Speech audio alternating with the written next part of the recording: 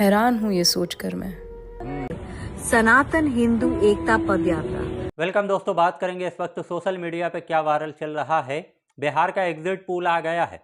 अब exit poll के हिसाब से किसकी सरकार बन रही है, एग्जिट पोल को लेकर सोशल मीडिया पे क्या बातें हो रही है, बिहार चुनाव को लेकर रूबिका लियाकत ने क्या ट्वीट किया है और हिंदू राष्ट्र बनाने को लेकर ये जो पद यात्रा चल रहा है इसके हवाले से क्या कुछ अपडेट है, सभी अपडेट आपके साथ आगे शेयर करने वाला हूं। लेकिन उससे पहले वीडियो के ऊपर लाइक और कमेंट ज़रूर कीजिए। बिहार में वोटिंग खत्म होने के बाद वोटिंग परसेंटेज सामने आया है और वोटिंग परसेंटेज के हिसाब से बताया जा रहा है कि पिछले कई दशक के बाद ऐसी वोटिंग हुई है, इतना ताबड़तोड़ वोटिंग हुआ है जहां पे लगभग बताया जा रहा है कि 70% लोगों ने वोट किया, जिसमें सबसे ज़्यादा महिला है। अब वोटिंग खत्म होने के बाद इलेक्शन कमीशन ने डेटा पोस्ट किया है और इस डेटा में ये पता चल रहा है कि पुरुषों के मुकाबले महिलाओं ने बिहार में करीब 9% ज़्यादा वोट किया है और उसी को लेकर यहाँ पर रूबिका लियाकत ने ट्वीट किया है। लेकिन आप जानते हैं कि अगर महिला ज़्यादा वोट डालती है तो इसका फ़ायदा जो है वो बीजेपी को होता है, ज़्यादातर यही बताया जाता और उसी को लेकर यहाँ पर रूबिका लियाकत ने बहुत खुश होकर ये ट्वीट किया है और ये बताया कि किस तरीके से बिहार की असली विजेता महिला है, क्योंकि पुरुषों के मुकाबले करीब महिलाओं ने 9% ज़्यादा वोट डाला है। लेकिन रूबिका लियाकत को यहाँ पर लोग ये बता रहे कि किस तरीके से चुनाव से पहले 10-10 हज़ार रुपये महिलाओं के खाते में डाला गया।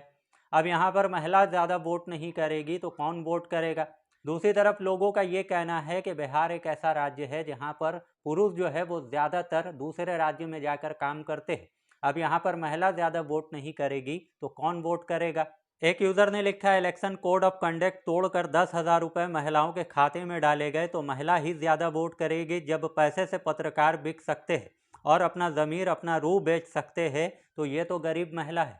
तो रूबिका लियाकत के इस ट्वीट का क्या मतलब था वो आप समझ गए होंगे, लेकिन लोगों ने अपने अपने हिसाब से जवाब दिया कि जब 10-10 हज़ार रुपये महिलाओं के खाते में डाले जाएंगे तो महिला वोट नहीं करेगी तो फिर कौन करेगा।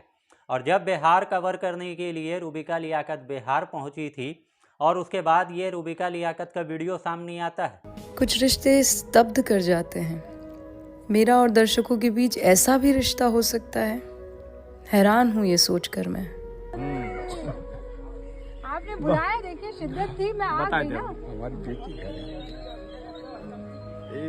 ऐसे भावुक नहीं हुई, चलो मुस्कुराइए। बेटा है या रुक गए एकदम। बेटी के लिए तो भावुक होना बेटी। तो रूबिका लियाकत ने अपने ट्विटर हैंडल के ऊपर ये वीडियो पोस्ट किया है जहां पर वो एक बुजुर्ग के साथ बहुत भावुक होकर बात कर रही है और बुजुर्ग भी भावुक है, किस तरीके से उनके आंखों में आंसू है। और उसके बाद रूबिका लियाकत ने ये वीडियो पोस्ट करते हुए लिखा है कि जब आपके सर पे कोई बुजुर्ग हाथ रख दे तो मानो कोई सुरक्षा कवच आपको पहना देता है। अब रूबिका लियाकत ने जो कुछ लिखा है इस पोस्ट को करने के बाद उसको लेकर यूज़र ये बता रहे कि रूबिका जी ये तो छोटे मोटे लोग हैं, आपके सर पर तो देश के सबसे बड़े बुजुर्ग का हाथ है, तभी तो आप दिन भर झूठ बोलने के बाद भी सुरक्षा कवच आपकी रक्षा करता है। एक यूज़र ने लिखा, पैसे के लिए, नौकरी के लिए, अच्छे पैकेज के लिए क्या क्या करना पड़ रहा है। तो रूबिका लियाकत के इस ट्वीट के ऊपर लोगों ने अपनी अपनी राय दी है। लेकिन इसी के साथ साथ आप बिहार का एग्जिट पोल देख सकते हैं। अब इस एग्जिट पोल को जब आप गौर से देखिएगा तो आपको ये समझ में आएगा कि जितने भी एग्जिट पोलस्टर है वो सब एक जैसा नंबर लेकर आए हैं, जहां पर एनडीए को लगभग एक जैसा नंबर मिल रहा है और महागठबंधन को भी एक जैसा नंबर मिल रहा है। लेकिन इसमें बड़ी बात यह है कि जितने भी एग्जिट पोलस्टर है वो यहाँ पर एनडीए की बहुमत से सरकार बना रहे हैं। और एग्जिट पोल कितना सही कितना सटीक होता है ये आप लोकसभा चुनाव के रिजल्ट में देख चुके हैं, जहाँ पर किसी ने एनडीए को 415 दिया था, किसी ने 395, किसी ने 350, किसी ने 380। लेकिन होता क्या है, एनडीए 293 में सिमट जाती है। लेकिन कुछ एग्जिट पोल ऐसा भी है जहां पर महागठबंधन की सरकार बन रही है, जैसे कि जोर्नो मिरर का आप ये एग्जिट पोल देख सकते हैं जहां पर 130 से 140 महागठबंधन को सीट मिल रहा है, यानी कि महागठबंधन बहुमत से बिहार में सरकार बना रही है। उसके बाद डीवी लाइव और मिल्लत टाइम्स ने भी यहाँ पर महागठबंधन की सरकार बनाई है अपने एग्जिट पोल में। और एग्जिट पोल को लेकर जो बड़े बड़े लोग हैं, जो बड़े बड़े विद्वान लोग हैं, उनका ये मानना है कि एग्जिट पोल सट्टा बाज़ार के ऊपर डिपेंड होता है। सट्टा बाज़ार ऐसे एग्जिट पोल करवाता है जहां पर लोगों को ये लगता है कि एक तरफा किसी पार्टी की सरकार बन रही है, लेकिन जैसे ही चुनाव का रिजल्ट आता है सट्टा बाज़ार में जिन लोगों ने पैसा लगाया उसका पैसा डूब जाता है। लेकिन दूसरी तरफ बिहार का ऑफिशियल यूट्यूब चैनल जिसका नाम है बिहार तक, इसने अपने यूट्यूब चैनल के ऊपर एक पोल चलाया। इसमें 4,29,000 लोगों ने हिस्सा लिया, जो कि रियल है, ये फेक हो ही नहीं सकता। और यहाँ पर नतीजा कुछ अलग दिखा रहा है। यहाँ पर ये देखने को मिल रहा है कि ज़्यादातर लोग यानी कि 76% लोगों ने महागठबंधन को वोट किया और ये कहा कि महागठबंधन की सरकार बन रही है, और 15% लोगों ने ये कहा कि एनडीए की सरकार बन रही है। वहीं बॉलीवुड एक्टर धर्मेंद्र, जो कि बीमार थे, जिनका हॉस्पिटल में इलाज चल रहा था, लेकिन गोदी मीडिया ने उसको लेकर झूठी खबरें चला दी और ये बताया कि धर्मेंद्र का निधन हो चुका है। अंजना ओम कश्यप, चित्रा त्रिपाठी और भी बहुत सारे मीडिया आउटलेट जिसने ये खबर चला दिया कि धर्मेंद्र का निधन हो चुका है, जिसके बाद रक्षा मंत्री राजनाथ सिंह, योगी आदित्यनाथ ने धर्मेंद्र को श्रद्धांजलि तक दे दी। और हेमा मालिनी ने बताया कि किस तरीके से वो हॉस्पिटल में रिकवर कर रहे हैं। और आज ये खबर सामने आती है कि धर्मेंद्र हॉस्पिटल से डिस्चार्ज होकर अपने घर वापस चले गए।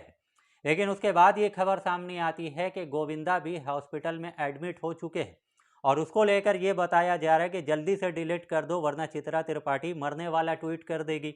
और गोदी मीडिया को ये बताया जा रहा है कि अब गोविंदा भी हॉस्पिटल में एडमिट हो चुके हैं, लेकिन उनको लेकर कोई फेक खबरें, उनके मरने को लेकर कोई खबरें मत चला देना। वहीं धीरेन्द्र शास्त्री बाबा, जो कि पैदल पद यात्रा कर रहे हैं देश को हिंदू राष्ट्र बनाने के लिए, और जिस तरीके से इस यात्रा को लेकर खबरें सामने आ रही है, जहां पर एक तरफ तो बाबा की ट्रोलिंग हो रही है कि देश में बहुत सारे मुद्दे हैं, उनके ऊपर बात ना कर यहाँ पर देश को हिंदू राष्ट्र बनाने को लेकर यहाँ पर पद यात्रा किया जा रहा है। और जिस तरीके से इस यात्रा को कुछ क्रिकेटर, कुछ सेलिब्रिटी जो कि प्रमोट कर रहे हैं, लेकिन यहाँ पर एकता कपूर भी इस यात्रा को प्रमोट कर रही है। मैं एकता कपूर, धीरेन्द्र शास्त्री गुरुजी, बालाजी सरकार, बालाजी हनुमान हिंदू जोड़ो पदयात्रा में आ रही हूँ आप सबके साथ जुड़ने। आप भी आइए और इस यात्रा में जुड़िए।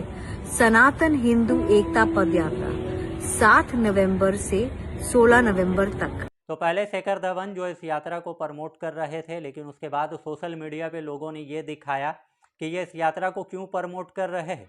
बाद में पता ये चलता है कि ईडी ने इनका संपत्ति जब्त कर लिया। उसके बाद यहाँ पर शिल्पा शेट्टी सामने आती है।